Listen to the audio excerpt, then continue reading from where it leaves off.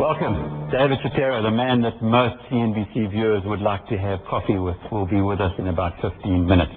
And the reason for that is I've asked David if he wouldn't mind taking us through the big sets of financials that have come through today from the financial services sector. We've got some very juicy dividend yields now that are being offered, over 5% on Old Mutual, Liberty, Nedbank. Is this value, is it sustainable? Should you be buying the shares?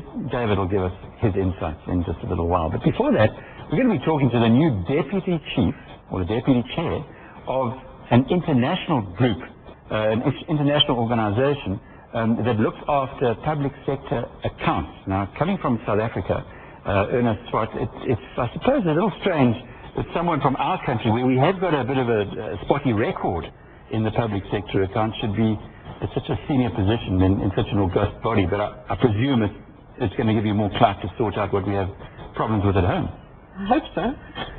I don't know how many people in South Africa actually know about it. You know, sometimes these things are better known overseas than locally. But I'm very honored to have been appointed deputy chair of the International Public Sector Accounting Standards Board. And we'll get into that in a moment. Your job back home is as the head of the South African Accounting Standards Board, and that in itself is quite a controversial situation. Yes, fortunately I'm only dealing with the public sector, not with the private sector. Most of the change at the moment is occurring at municipal level, and we're anticipating that the minister will be approving about 20 more standards that will come into effect in the next fiscal year.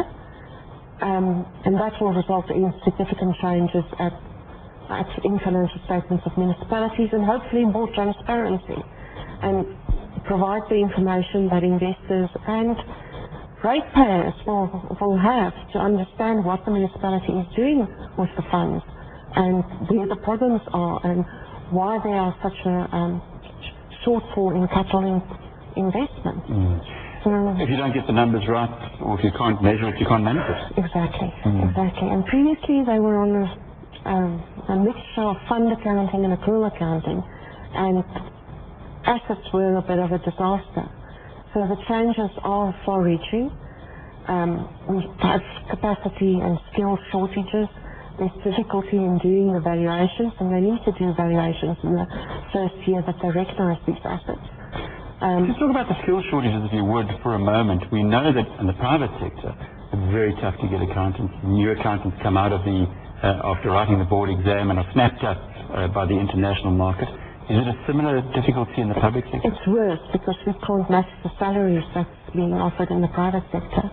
We have a position taken at the board at the moment.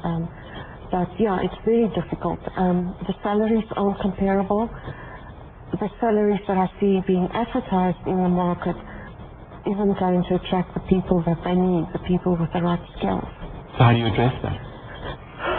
National Treasury has got a number of programs in place to try and improve skills levels internally. There's a lot of support programs, training material, etc., to try and help them. And there's task teams to try and help them with the implementation and try and get these things going. But as soon as you've got somebody that's quite highly skilled, they get snapped up by the private sector. An interesting point, and I don't know if you've been able to move along this line. I deal a lot with businessmen, South African businessmen, many of them who are getting on in age and would like to do some public service, perhaps go in and help in the public sector. Is there any way that they can do that?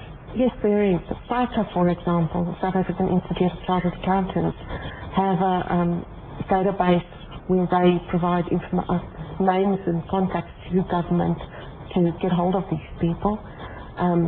They should just contact the institute and register with them. Do you get many of these people coming in to help? They do. From your side? At the municipal level, particularly. And there's many such programs being put in place, because we've got to use the skills we have available.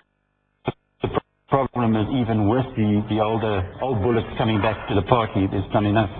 Yes, and there's a problem too in that they were trained in the municipal financial systems that were in place at the time, and with international public sector accounting standards changing, all of that has changed, and so there's a skills problem in that as well. But normally those people tend to be on a path where they continue studying and stay technically up to date, one hopes. And I mean, we have CPD requirements at the Institute as well. So hopefully they're quicker at catching up on the changes. And it's not that different to the private sector. Well, that's good news. From your side, it must be really tough when your top departments were the ones that should be looking after the country, and the Department of Justice, Police, Correctional Services are the biggest offenders when it comes to accounting. Yes, but I mean, there's been signs that they're starting to become interested. Department of Justice, we did a one-day-a-week workshop, months for longer, going through the individual standards with about 100 of the accountants, just telling them a little bit about the requirements and the standards and introducing them to them, so it isn't completely strange, and they can start to see how it will change the way in which Are they helping you then to address corruption and issues like that within those departments? At least there will be disclosure of it. I don't think you can do anything. No, there are requirements, but maybe with accrual accounting you'll see things happening quicker. At the moment, for example, if you pay on transact on a cash basis, in some departments they'll pay on the statement, the invoice, the credit note again and again, and you have the same payment made 6 times. If they do reconciliations, creditor reconciliations, those things will be identified and hopefully stop picture.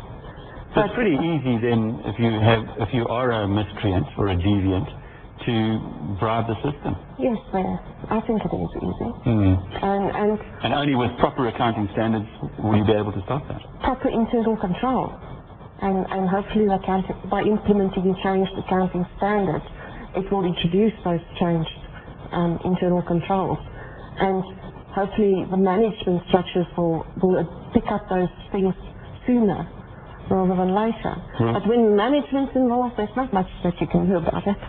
Sure, Erna. We have challenges in our country, but at least now we have somebody who's on the top, right at the top, Deputy Chairman of the International Board, and I've got no doubt that if anyone's going to help to address these issues, it will be Trevor Manuel and his Treasury Group, and Erna Swart, who's the head of the South African Accounting Standards Board. Stay with us.